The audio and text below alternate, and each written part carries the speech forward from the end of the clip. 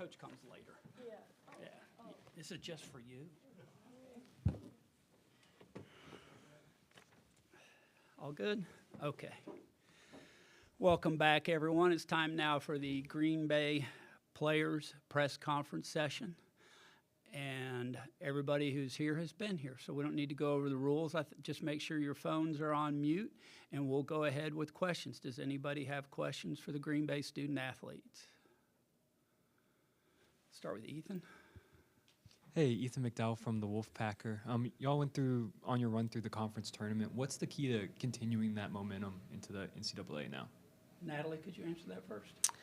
I think our conference tournament run was really special to us because obviously we're very familiar with the teams that we're playing, so it's easy to have, the momentum going through and to get excited and know who you're playing. I think this is a new experience for us, and it's something that, we don't want to take for granted, and it's an opportunity to play a bigger school and at a bigger place. So I think that gives us a lot of momentum and a lot of motivation moving forward. Bailey, is there anything you could add? Yeah, definitely for our tournament. That got us really going, and I feel like it helped us play a little bit better together, and I feel like that'll help us in the tournament. Okay, let's go on the aisle, and then we'll get Lindsay. Hey, guys. Chris Ragone from Pack Pride and 24/7 Sports. Obviously, getting to play in the NCAA tournament is an exciting time, but playing a storied program like Tennessee probably upset a little bit. What does it mean to you to be playing a team like them in the first round? Bailey, could you start this time? I think it's exciting, playing a big team like that. We're the underdogs, and it just kind of gets us a little fueled up to play a big game like that. Natalie? Yeah, I think any team we were going to play, we were going to be excited no matter what. It's a very unique experience that you play college basketball so you can play in the NCAA tournament. That's the dream. And I think, obviously, Tennessee is a very historic program, but we're the underdog, like Bailey said. We've got nothing to lose going in, so we might as well just play as hard as we can. Okay, Lindsay up front. As you mentioned, this is a dream for everyone. This is your first tournament. Do you have any memories of watching the women's NCAA tournament growing up? Natalie? Yeah, I feel like it's been really cool to watch it grow over the years. And then, I feel like growing up, I had no really concept of how big of a deal it was to be in the tournament and what it meant to play in the tournament. And then as we've come to college and experienced, the heartbreak over the last couple of years of not being able to be in the tournament, and now, it puts it in perspective. And also just there's so many great players, so many great names in women's basketball. And that was so cool to grow up and watch, and now we're here. Mm-hmm. Bailey? I think a few memories that I have is watching Green Bay get to the tournament. A few years back, I watched Jen Mullins play, and that was really exciting. And it kind of just gets us going to hey, I want to get there, and we did, so it's exciting. Okay, Bob up front. Bob Sutton with the Associated Press. This is for both of you. It seems like these other three teams that are here, everyone kind of knows someone or knows something about each other. What are we going to learn about your team and your program for the next couple days? Bailey? One thing I think you guys are going to learn, our defense. We really strive to get better on defense each day, and we hustle. We hustle a lot. We're aggressive, and I feel like that's what gets us playing really well together. And we always are aggressive on defense, on offense, and it's really nice. Natalie? Yeah, I think, like Bailey said, something that makes us stand up. You're not going to look at us and think we're a very big or tall team. You're going to see that right away. But what you will notice about us is that we hustle and we play together and we play hard for each other. And a lot of that, like Bailey said, comes on the defensive end and then playing together on offense. And, yeah. Okay, let's go back to Ethan. And y'all played a challenging non-conference schedule. This isn't your first time playing high major teams. What are you going to take away from the wins over Creighton and Washington State? To what did you learn from those games that you're going to take into the tournament?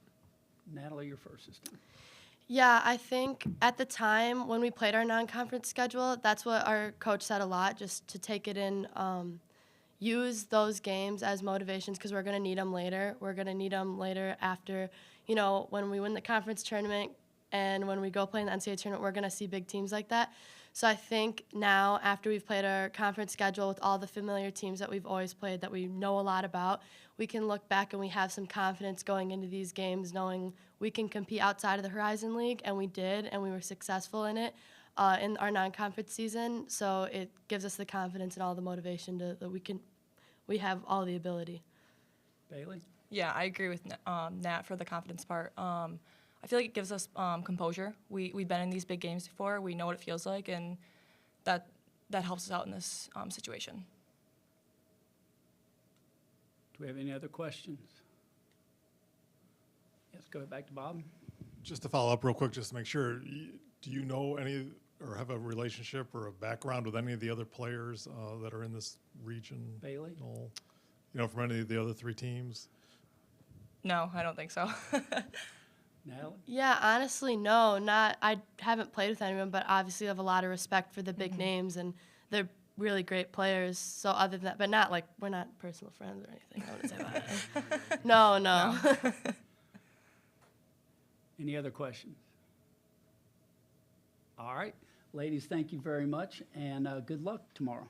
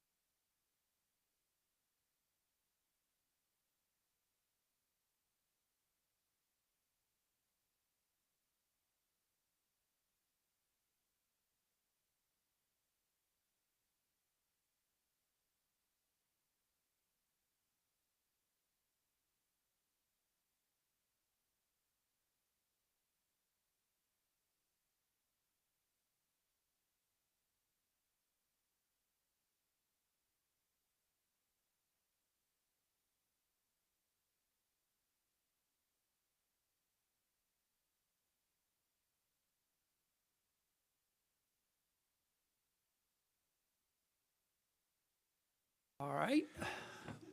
We are now ready to begin the Coach Borseth interview for the Green Bay segment. Coach, if you could start with an opening statement, please. Sure, yeah. Obviously with Wisconsin Green Bay, and excited to be here. I can tell you that I was at North Carolina State's national championship game, and Valvano was in it. I was in the stand. I mean, as a matter of fact, I'm in Sports Mirror magazine. Yeah, see me sit in the band section, so whatever that's worth. At any rate, glad to be here. Fun times. It's an honor to be playing in the tournament. Okay, let's start up front with Lindsay. Lindsay Gibbs with Power Plays. Coach, you had a long run of making it to the NCAA tournament every year, and then it's been now a while. Does it mean more getting back to it this year after having missed the dance a few years? Yeah, it's interesting. You know, it became almost like it was going to happen every year. It was like 20 years in a row we just were in, and then we missed about the last 4. So, yeah, it was a little emotional getting in this one, and the players that we had were cut out the last couple of years, weren't able to get in. So it's kind of sweet to be back. Okay, other questions up front here? Cora Hall with the Knoxville News Sentinel. Kelly Harper has mentioned multiple times this week that she has been an admirer of your program and the kind of basketball you guys play, and she's pretty familiar with you guys. Did you have any idea that she was, an admirer of your program? And, what does it mean, to hear the opposing head coach say that she's, watched you guys quite a bit over the last several years? Well, I've been around for 40 years. At some point, maybe somebody's seen us play before, And our program has been consistent through the course of time. I think if you take a look at the success that our program's had over the course of the last 45 years, for the most part, although I've been there for about 20 of those, it's really pretty remarkable. And I don't take credit for that. A lot of things are important with that. But, I don't really follow what anybody else says, obviously. We just I'm too busy doing this here, trying to find out how to win the next game, So, but tell her thanks. Any other questions? Go back to Lindsay. For those of us who haven't watched your team throughout the season, who would you kind of consider the X factor on your team? You can look at the stats and see the biggest stars, but who's the X factor? For us? Yes. We really don't have a superstar. I think that's probably, it's good and bad. We don't have, the player to go to if we need to get something. It's the strength of the group, really is. There's strength in numbers. We're pretty balanced. I think we've got 4, maybe 5 players knocking on average in double figures, maybe at the highest, maybe 12 or 13 points a game. Kind of run a system where there was an opening, you kind of find it. If you're fast enough to get that opening, you might get some points. If you aren't quick enough to get you may not get it. But we're pretty balanced for the most part. I don't think we're not a one-player dominant system. All of our players have got some skill, and as a result, we've got multitude kids that lead us in scoring and rebounding during the course of the year. Let's go to Bob. Bob Sutton with the Associated Press. Are you excited when you get kind of sent out of your region to another area of the country to kind of put your team on display, and everyone else is kind of a little bit of a know about each other, and you're kind of, I guess, the outsider? Yeah, it's you play in your conference, and I think everybody can probably say the same thing. Everybody's in a conference, and you play your conference tournament, you play a team for the 3rd time. It's like, can we finally be done with this and play somebody else, And so, yeah, it's exciting to play somebody besides ourselves, irregardless of who it is. Just so happens to be Tennessee, which is a pretty big mountain to climb, but obviously we're seeing an opponent that we haven't seen all year long. So I think I could probably speak for a lot of coaches that want to get outside their conference, because your conference is hard, your conference tournaments are even harder, and when you get out of that, it's almost like a breath of fresh air. You play somebody you haven't seen before. Let's go back to Cora. Your team had some pretty big wins in non-conference play. What did you see from them that makes you, think they're going to be, ready to face, a team where they're technically the underdog again? Yeah, we're competitive. Our players are competitive. I don't know how. Again, I said at the beginning of the year when the year started, these players have been with us for the last couple of years, and I didn't know if we'd win one game, but I could guarantee that we would be competitive in the games that we played in. And we've won a few games, obviously, and put ourselves in this position right now. So our kids are competitive. We kind of take care of ourselves. We do what we do to the best of our ability. We're not really worried about into the outsized forces. I don't think our players will be intimidated by the stage. We're excited about the place being sold out. That's really cool. Good to see North Carolina State's got just great following here, and it's going to be a full arena. And I feel confident that our players will play to the best of their ability. They battle. They've been battle tested. Maybe not at this level right here. Tennessee's pretty good, but we have played some good teams over the course of the last couple of years. They've got opportunity to play against that. And it's fun. It's a challenge, but it's fun to be able to do that. Let's go back to Bob, and then we'll go in front. Why were you at that championship game that NC State won? What was your reason for being there? Actually, I went to 6 in a row. I did. I started St. Louis at the Golden Arches was the first one, and the last one was at the New Orleans when Michael Jordan won it. And I think Valvano won it in 83.